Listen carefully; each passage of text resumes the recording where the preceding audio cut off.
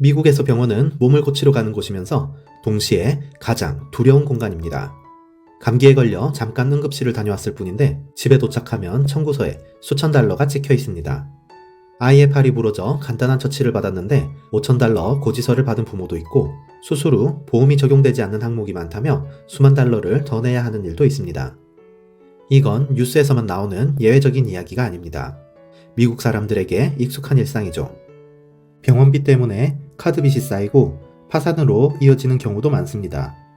실제로 미국 개인 파산 원인 1위가 의료비입니다. 하버드의대 데이비드 히멜스타인 교수가 주도한 연구에 따르면 개인 파산의 66.5%가 의료비와 관련이 있습니다. 미국은 세계에서 가장 부유한 나라지만 개인 차원에서는 한 번의 큰 병이 재정을 무너뜨릴 수 있다는 겁니다. 히멜스타인 교수는 이렇게 말했습니다. 빌 게이츠가 아니면 누구나 한 번의 큰 병으로 파산할 수 있다. 병원비가 단순히 부담스러운 수준을 넘어 사람들의 삶 전체를 흔듭니다. 그런데 의아한 건 미국이 세계에서 가장 부유한 나라라는 점입니다. 국방비만 해도 다른 나라들을 모두 합친 규모에 가깝고 항공모함을 띄우고 첨단 전투기를 줄줄이 내놓는 나라죠. 그런데 국민의 병원비 앞에서는 그 힘이 작동하지 않습니다. 세계 최강의 부국이자 의료기술 강국이라 불리는 나라에서 왜 사람들은 여전히 병원비를 두려워해야 할까요? 바로 요약해보겠습니다.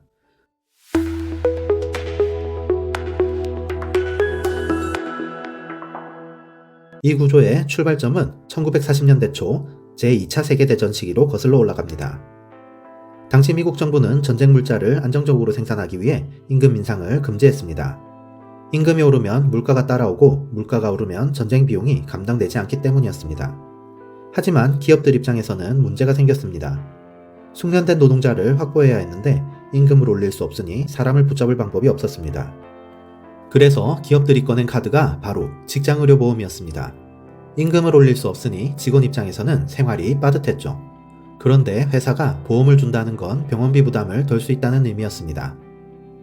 전쟁 중 부상자와 가족의 병원비가 큰 부담이 되던 시기였기 때문에 이 제도는 곧 인력을 붙잡는 가장 효과적인 복리후생이 되었습니다.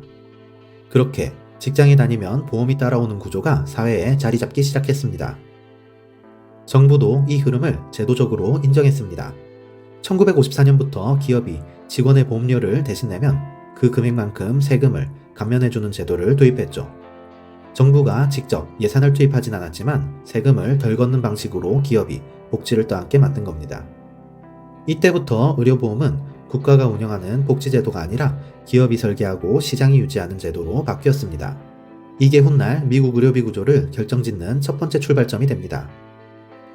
이 구조가 자리 잡자 정부는 의료를 더 이상 직접 관리하지 않았습니다. 기업이 이미 보험을 운영하고 있었고 사람들은 직장보험을 통해 의료비를 해결하고 있었기 때문이죠. 국가가 새로 개입할 이유가 없다고 본 겁니다. 하지만 시간이 지나면서 문제가 드러났습니다. 1950, 60년대에 들어 의료기술이 발전하면서 병원비가 빠르게 올랐습니다. 보험료도 함께 뛰었지만 제도는 그대로였습니다. 직장이 있는 사람들은 그나마 보험 혜택을 유지할 수 있었습니다. 하지만 노동시장에서 밀려난 사람들은 달랐죠. 직장이 없으면 의료비를 감당할 방법이 없었고 소득이 낮거나 나이가 많을수록 보험에서 배제되기 시작했습니다. 1965년 정부는 복지의 사각지대를 메우기 위해 약간의 개입을 하기는 했습니다. 노인과 저소득층을 위한 메디케어와 메디케이드가 만들어졌죠. 하지만 전 국민을 위한 공보험은 아니었습니다. 당시 미국 사회는 정부가 모든 의료비를 책임지는 걸 사회주의라고 비판했고 이미 커져있던 민간보험 산업도 강하게 반발했습니다.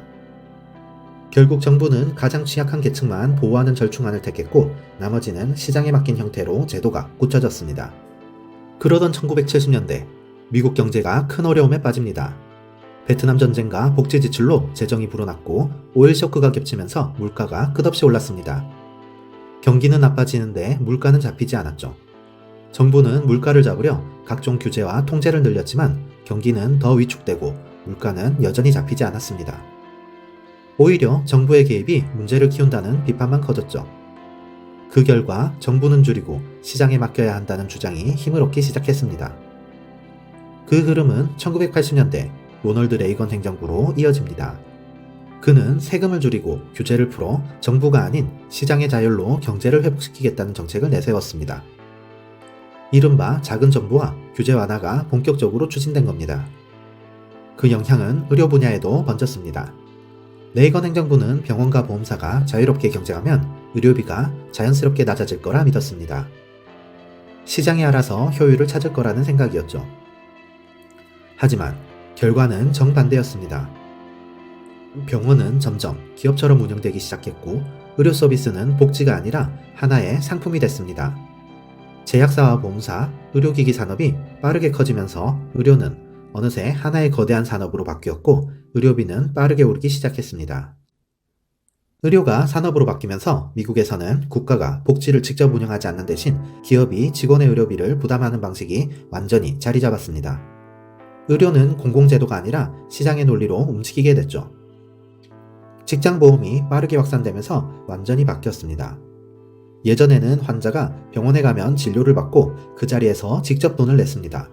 하지만 직장보험이 자리 잡으면서 환자 대신 보험사가 병원비를 지불하게 됐습니다. 이 변화가 결정적이었습니다. 병원의 고객이 환자에서 보험사로 바뀐 겁니다. 보험사는 병원과 계약을 맺을 때마다 진료 항목별로 가격을 하나하나 정했습니다. 병원이 MRI 비용을 $1,000로 책정해봤자 보험사가 $600까지만 인정하면 그 이상은 받을 수 없었죠. 가격은 원가나 시장 수요가 아니라 보험사와 병원 사이의 협상 결과로 정해졌습니다. 병원의 수익은 환자를 얼마나 잘 치료하느냐보다 어떤 조건으로 계약을 맺느냐에 달려있게 됐습니다. 이런 구조 속에서 작은 병원들은 살아남기 어려웠습니다. 보험사는 진료 항목마다 가격 기준을 정했고 병원은 그 범위 안에서만 청구할 수 있었습니다. 작은 병원은 협상력이 거의 없었죠. 보험사가 제시한 금액을 거절하면 그 병원은 보험 적용 대상에서 빠졌습니다. 보험이 안 되는 병원에는 환자들이 가지 않았고 결국 병원은 시장에서 밀려날 수밖에 없었습니다. 반대로 보험사는 전국의 수많은 병원들과 계약을 맺고 있었기 때문에 특정 병원 하나가 빠져도 타격이 거의 없었습니다. 협상 테이블에서 힘의 균형은 완전히 보험사 쪽으로 기울어져 있었던 겁니다. 그런데 이렇게 해서는 병원이 살아남을 수가 없었습니다. 보험사가 정한 가격은 늘 낮게 책정돼 있었고 병원은 그 안에서 인건비와 장비비를 모두 감당해야 했으니까요. 그래서 병원들은 살아남기 위해 힘을 키우는 방법을 택했습니다. 협상력이 약했던 병원들이 서로 손을 잡기 시작한 겁니다. 여러 병원이 하나의 의료그룹으로 묶이고 규모를 키워 보험사와 맞설 기반을 만들었죠. 병원 그룹들의 규모가 커질수록 보험사도 단가를 마음대로 낮출 수 없었습니다. 특정 그룹이 지역 병상의 상당 부분을 차지하게 되면 계약이 끊길 경우 보험사 쪽 피해도 커졌기 때문입니다. 협상의 균형이 서서히 바뀌었습니다. 병원은 이전보다 높은 단가를 요구할 수 있게 되었고 보험사도 어쩔 수 없이 받아들였습니다. 그 비용은 고스란히 보험료에 반영됐고 결국 환자들이 부담하게 됐습니다. 이렇게 의료의 중심은 환자가 아니라 병원과 보험사 간의 협상이 결정하는 시장으로 완전히 이동했습니다. 여기에 보험제도 자체도 점점 복잡해지면서 비용이 더 늘어났습니다. 미국은 정부가 통합적으로 관리하는 보험이 아니라 수백 개의 민간보험사가 각자 다른 방식으로 운영하는 구조였습니다. 보험사마다 계약 내용이 다르고 병원마다 청구 방식이 달랐습니다. 환자 한 명을 치료하는 데 수십 개의 서류가 오가고 보험사와 병원 사이에서 승인과 거부가 끝없이 반복됐습니다. 같은 진료를 해도 보험사마다 인정하는 금액이 달랐고 어떤 항목은 되고 어떤 항목은 안 되는지 일일이 확인해야 했죠. 미국 의료비 중 행정비용만 연간 3,500억 달러, 우리 돈 470조 원입니다. 전체 의료비의 약 8%입니다. 다른 나라들은 정부가 보험을 통합 운영하기 때문에 행정비용이 훨씬 적습니다. 영국이나 캐나다는 하나의 시스템으로 모든 병원과 환자를 관리하니까 서류도 단순하고 절차도 빠릅니다.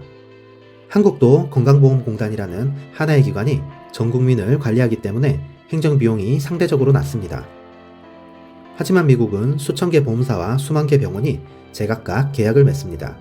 이 낭비되는 행정비용만으로도 다른 나라 전체 의료비에 맞먹을 정도입니다. 거기다 의료 자체도 점점 세분화되면서 비용이 급격히 늘어났습니다. 1980년대 이후 의학이 발전하면서 진료과가 점점 더 쪼개졌습니다. 과거에는 한 명의 의사가 환자를 처음부터 끝까지 봤지만 이제는 검사, 영상, 수술, 재활이 각각 분리됐습니다. 이런 전문화가 진행된 데는 의학기술의 발전도 있지만 미국 특유의 의료소송 문화가 결정적이었습니다. 미국에서는 의료사고가 나면 소송이 바로 걸리고 배상금도 엄청나게 큽니다. 한 번의 실수가 병원과 의사를 파산시킬 수도 있죠. 그래서 의사들은 자신을 보호하기 위해 가능한 모든 검사를 하고 가능한 모든 전문가를 불렀습니다. 혹시 모를 문제에 대비해 과도하게 검사하고 꼭 필요하지 않은 전문의까지 부르는 겁니다. 이걸 방어진료라고 합니다. 책임 소재를 명확히 나누려는 움직임도 더해졌습니다. 한 명의 의사가 모든 걸 책임지면 소송에서 불리했기 때문에 각 단계마다 다른 전문가가 맡는 구조로 바뀌었습니다. 내가 한 건 이 부분이고 나머지는 다른 의사가 했다고 선을 그을 수 있게 된 겁니다. 그 결과 한 명의 환자에게도 여러 부서가 따로 청구서를 내는 구조가 만들어졌습니다. 응급실에 가면 응급실 의사, 마취과 의사, 방사선과 의사가 따로따로 청구서를 보냅니다. 환자는 나중에 청구서를 받고 나서야 알게 됩니다. 이게 다 따로 비용이 붙는 거였어? 의료의 질은 높아졌지만 비용은 오히려 폭발적으로 늘어났습니다. 이 시스템 안에서 가격을 낮추는 경쟁이 아니라 더 많은 항목을 만들어내는 경쟁이 벌어졌습니다. 직장보험의 세제 혜택도 이 구조를 굳혔습니다. 1954년부터 정부는 기업이 직원보험료를 내면 세금을 깎아줬습니다.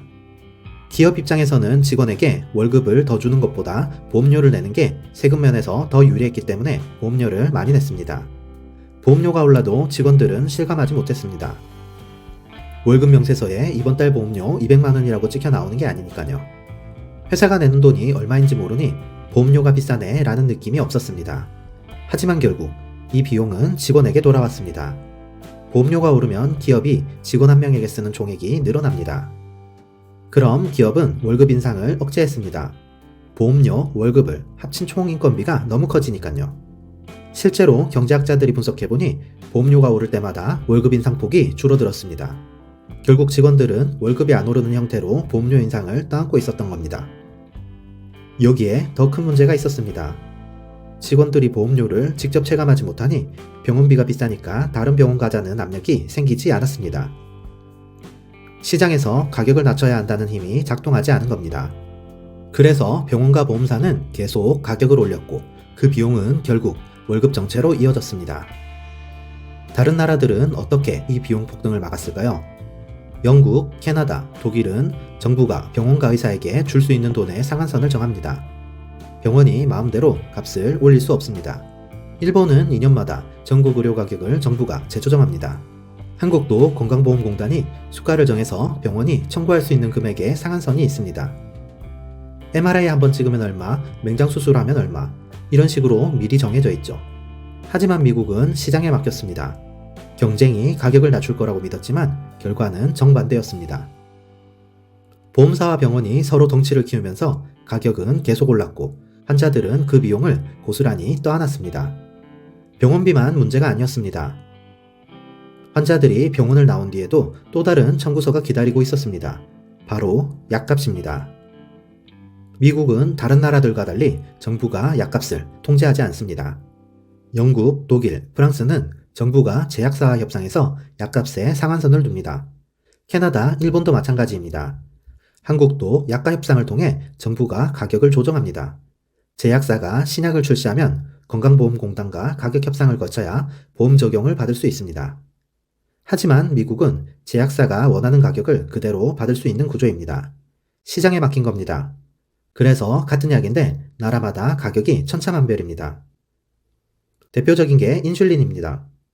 당뇨병 환자에게 필수적인 약인데 미국에서는 한 달치가 $300, 우리 돈 40만 원이 넘습니다. 같은 인슐린이 캐나다에서는 $30, 영국에서는 $40 수준입니다. 한국에서는 건강보험 적용 시 한 달에 1, 2만 원 정도입니다. 미국이 10배에서 많게는 40배까지 비쌉니다. 암 치료제는 더 심합니다. 최신 항암제는 연간 10만 달러, 우리 돈 1억 3천만 원이 넘는 경우가 많습니다. 제약사들은 연구개발 비용이 크다고 말합니다. 신약 하나에 수천억 원이 들고 실패도 많으니 성공한 약으로 회수해야 한다는 겁니다. 그런데 같은 약이 미국에서만 10배 비싼 건 연구비로 설명이 안 됩니다. 연구비는 어느 나라에서 팔든 똑같이 들었는데 왜 미국 환자들만 그 비용을 몇 배로 떠안아야 하는 걸까요? 여기에 PBM, 약국 혜택 관리자라는 중간업체가 끼어들면서 약값이 더 올라갑니다. PBM은 1960년대부터 생겨나기 시작했는데 당시 약의 종류가 폭발적으로 늘어나고 있었습니다. 보험사 입장에서는 수천 종의 약마다 가격을 일일이 협상하고 관리하기가 너무 복잡했습니다. 어떤 약이 효과가 좋은지, 비슷한 약 중에 어떤 게 더 저렴한지 판단하려면 전문 지식도 필요했죠. 그래서 이 일을 전문적으로 해주는 업체가 생겨난 겁니다. 바로 PBM입니다. PBM은 보험사를 대신해서 제약사와 약값을 협상합니다. 수백 개 보험사의 물량을 모아서 제약사에게 우리가 이만큼 사줄 테니 할인해줘 라고 협상하는 겁니다. 규모의 경제를 이용한 거죠. 또 비슷한 효과의 약이 여러 개 있으면 그 중에서 가장 저렴하고 효과 좋은 약을 골라서 보험 목록에 넣어줍니다. 원래 취지는 전문가가 대신 협상해서 약값을 낮추고 좋은 약을 골라주고 환자 부담을 줄인다는 거였습니다. 실제로 초기에는 효과가 있었습니다. 하지만 시간이 지나면서 PBM은 점점 거대해졌고 구조가 변질되기 시작했습니다. 규모가 커지면서 PBM은 제약사한테만이 아니라 보험사에게도 강한 협상력을 갖게 됐습니다. 그러자 PBM은 제약사로부터 리베이트를 받기 시작했습니다. 당신 약을 보험 목록에 넣어줄 테니 우리한테 할인해줘 라고 협상하는 거죠. 문제는 이 할인이 환자에게 돌아가지 않는다는 겁니다. PBM이 중간에서 챙기거나 보험사 수익으로 들어갑니다. 더 심각한 건 PBM이 제약사에게 정가를 높게 책정하라고 부추긴다는 겁니다. 정가가 높아야 리베이트도 커지니까요. 리베이트는 PBM이 챙기고 환자는 높은 정가를 기준으로 돈을 냅니다. 결국 약값은 실제 원가보다 훨씬 높게 측정되고 그 차액을 PBM과 보험사가 나눠 갖는 구조가 됐습니다. 원래 약값을 낮추려고 만든 시스템이 오히려 약값을 올리는 시스템이 되어버린 거죠. 이런 구조 속에서 최근 논란이 된 약이 있습니다. 바로 GLP-1, 비만 치료제입니다. 오젬픽, 위고비 같은 약들인데 당뇨 치료제로 나왔다가 체중 감량 효과가 알려지면서 수요가 폭발했습니다. 제약사는 이 약을 보험 목록에 넣기 위해 PBM과 협상을 시작했습니다. PBM은 제약사에게 높은 리베이트를 요구했습니다. 보험 목록에 넣으려면 우리에게 더 많은 할인을 해줘야 한다는 겁니다. 제약사는 PBM에게 리베이트를 주는 대신 정가를 높게 책정했습니다. 원가는 그대로인데 정가만 올린 겁니다. 정가가 높아야 리베이트를 많이 줘도 손해를 보지 않으니까요. 그 결과 GLP-1의 정가는 한 달에 $1,000 이상, 우리 돈 130만 원을 넘어섰습니다. PBM은 제약사로부터 30%의 리베이트를 받았지만 이 할인은 환자나 보험사에게 가지 않았습니다. PBM이 중간에서 챙겼습니다. 보험사는 여전히 높은 정가를 기준으로 약값을 부담해야 했습니다. 게다가 GLP-1 처방이 폭발적으로 늘어났습니다. 효과가 입소문을 타면서 비만 인구뿐 아니라 단순 체중 감량 목적으로도 처방이 급증한 겁니다. 과도한 수요에 보험사는 비용 부담을 견디지 못하고 대응에 나섰습니다. 본인 부담률을 50에서 70%까지 높이거나 비만 치료 목적으로는 아예 보험 적용을 제한했습니다. 결국 꼭 필요한 비만 환자는 보험 혜택을 받지 못하고 비싼 약값을 고스란히 떠안게 됐습니다. PBM은 리베이트로 수익을 챙겼고 제약사는 높은 정가로 이익을 유지했으며 정작 필요한 환자만 부담을 떠안게 된 겁니다. 이런 상황이 계속되자 정부도 손을 쓰기 시작했습니다. 2010년 오바마 정부가 건강보험 개혁에 나섰습니다. 이른바 오바마 케어였습니다. 당시 가장 큰 문제는 보험사들이 기존 질병이 있는 사람을 아예 가입시키지 않는다는 거였습니다. 당뇨병이 있거나 암병력이 있으면 보험 자체를 팔지 않았죠. 보험료를 내고 싶어도 가입조차 할 수 없었던 겁니다. 오바마 케어는 이걸 금지했습니다. 보험사가 기존 질병을 이유로 가입을 거부하지 못하게 막았죠. 본인 부담금 상한선도 정해서 의료비가 무한정 올라가는 걸 막았고 저소득층에게는 보험료 보조금을 줬습니다. 그 결과 무보험자는 4,600만 명에서 2,800만 명으로 줄었습니다. 하지만 의료비를 결정하는 구조 자체는 건드리지 못했습니다. 법은 보험에 가입하라고 했지 병원비를 낮춰라, 약값을 낮춰라 라고 하진 않았으니까요. 병원과 보험사가 협상으로 가격을 정하는 방식, 제약사가 약값을 마음대로 매기는 구조는 그대로였습니다. 보험사는 가입자가 늘어나 오히려 이익을 받고 병원은 환자가 늘어나 수익이 늘었습니다. 의료비 자체는 계속 올랐죠. 거기다 많은 보험은 자기 부담금이 높았습니다. 보험이 있어도 자기 부담금으로 먼저 650만원에서 1300만원을 내야 보험사가 돈을 대주기 시작했습니다. 결국 보험이 있지만 병원비 부담은 여전했고 의료비 파산도 줄지 않았습니다. 오바마 케어 이후에도 개인 파산의 원인의 67.5%가 의료비였는데 오바마 케어 이전인 65.5%와 거의 차이가 없었습니다. 그리고 2022년 바이든 행정부는 약값 규제에 나섰습니다. 미국에서는 정부가 운영하는 노인의료보험인 메디케어조차 제약사와 협상을 할 수 없었습니다. 제약사가 이 약은 $1000라고 하면 메디케어는 그 가격을 그대로 받아들여야 했죠. 협상 자체가 법으로 금지되어 있었기 때문입니다. 제약업계가 로비를 통해 이 조항을 지켜왔던 건데 바이든 행정부가 이걸 뚫어낸 겁니다. 2026년부터 메디케어가 일부 약에 한해 가격 협상을 시작할 수 있게 되었습니다. 하지만 첫 협상 대상은 10개 약품에 불과합니다. 미국에서 유통되는 약은 수만 종인데 10개만 협상한다고 해서 전체 약값 구조가 바뀌진 않습니다. 2021년엔 No Surprise Act, 이른바 깜짝 청구 방지법이 시행됐습니다. 응급실에 실려가면 환자는 어느 의사가 자기를 치료할지 선택할 수 없습니다. 그런데 문제는 내 보험이 적용되는 의사와 안 되는 의사가 따로 있다는 겁니다. 보험사는 특정 병원, 특정 의사들하고만 계약을 맺습니다. 그 목록에 속한 의사에게 치료를 받으면 보험이 되고 목록 밖 의사에게 치료를 받으면 보험이 안 됩니다.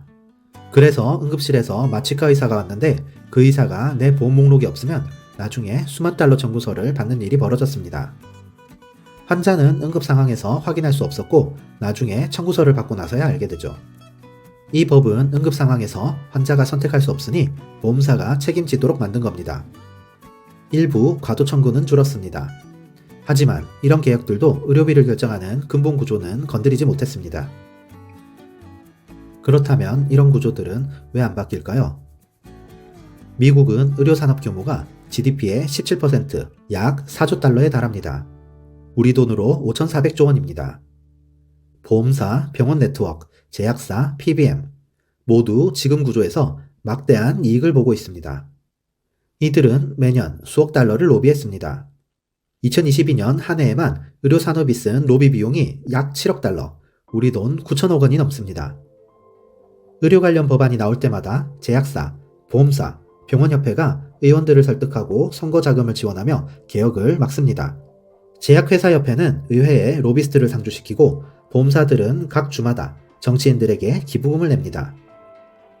병원협회는 협상이 상정되면 즉시 반대 성명을 내고 PBM 업체들은 자신들의 역할이 필수적이라며 규제를 막습니다. 이 돈이 흐르는 한 정치인들은 근본적인 개혁에 나서기 어렵습니다. 여론도 개혁을 어렵게 만듭니다. 국민 여론조사를 보면 의료비가 너무 비싸다는 불만은 많지만 동시에 변화에 대한 두려움도 큽니다. 보수층은 정부 개입을 사회주의라고 비판합니다. 정부가 의료를 관리하면 효율이 떨어진다. 자유가 침해된다는 주장이죠. 중산층은 자기 직장 보험을 잃을까봐 걱정합니다. 지금 내 보험도 없어지는 거 아냐? 캐나다처럼 대기 시간이 몇 달씩 길어지는 건 아닐까? 실제로 직장 보험을 가진 사람들은 상대적으로 만족도가 높습니다. 회사가 보험료를 대부분 내주고 본인은 일부만 부담하니까요. 이들에게 전국민 공보험은 내가 가진 걸 포기하고 모르는 시스템으로 가라는 말로 들립니다. 결국 여론은 분열돼 있습니다. 의료비는 비싸다고 생각하지만 정부가 나서는 것도 싫고 지금 내 보험을 잃는 것도 싫은 겁니다. 정치 구조도 개혁을 막습니다. 공화당은 시장 자유를 내세우며 정부 개입을 막고 민주당도 전국민 공보험에는 온도차가 있습니다. 의료산업의 로비를 받는 건 양당 모두 마찬가지니까요. 민주당 의원 중에서도 제약사나 보험사가 큰 고용주인 지역구 출신은 강한 규제를 꺼립니다. 공화당은 아예 정부 개입 자체를 반대하죠. 결국 법안이 나와도 통과되지 못하거나 통과돼도 힘이 빠진 형태로 나옵니다. 산업은 개혁을 막기 위해 돈을 쓰고 국민은 불안 때문에 현 상태를 유지하려 하고 정치인은 표와 자금을 의식해 움직이지 못합니다. 이 세 가지가 맞물리면서 구조는 50년째 제자리입니다. 2024년 미국인 1인당 연간 의료비는 약 14,570달러, 우리 돈 1,950만원입니다. 직장보험 가입한 4인 가족의 경우 연간 보험료만 평균 25,572달러, 우리 돈 3,420만 원이 넘습니다. 여기에 실제 병원비, 본인 부담금까지 더하면 부담은 훨씬 커집니다. 최근 10년간 보험료는 47% 올랐습니다. 같은 기간 물가 상승률은 31%, 임금 상승률은 25%였습니다. 보험료가 물가와 임금보다 훨씬 빠르게 오른 겁니다. 미국 의료비 지출은 경제 규모의 약 17%를 차지합니다. 다른 선진국 평균이 9% 정도인 걸 생각하면 거의 2배입니다. 그런데 결과는 어떨까요? 평균 기대 수명을 보면 미국은 약 78세로 다른 선진국 평균보다 낮습니다. 돈은 가장 많이 쓰는데 건강지표는 중위권입니다. 미국 의료 시스템은 1940년대 전쟁 중 임시방편으로 시작된 직장보험이 1980년대 시장 자유화를 거치면서 GDP의 18%를 차지하는 거대한 산업으로 자리 잡았습니다. 이제 이 산업은 경제 전체와 깊숙이 얽혀 있습니다. 병원은 지역 최대 고용주이고 제약사는 연구개발에 막대한 투자를 하며 보험사는 수백만 명을 고용하고 있습니다. 한 곳을 건드리면 연쇄 반응이 일어납니다. 약값을 강제로 낮추면 제약사는 연구개발 축소를 경고하고 보험사 규제를 강화하면 보험료 인상이나 일자리 감축으로 이어질 수 있습니다. 보험사, 제약사, 병원, PBM은 매년 수억 달러를 로비에 쏟아부으며 하나를 바꾸려 해도 전체가 흔들릴 수 있다는 논리를 앞세워 정치권의 개혁을 막습니다. 임시방편이 산업이 됐고 산업이 정치를 잡았습니다. 미국은 이 구조를 극복할 수 있을까요? 여러분의 의견을 댓글로 남겨주세요.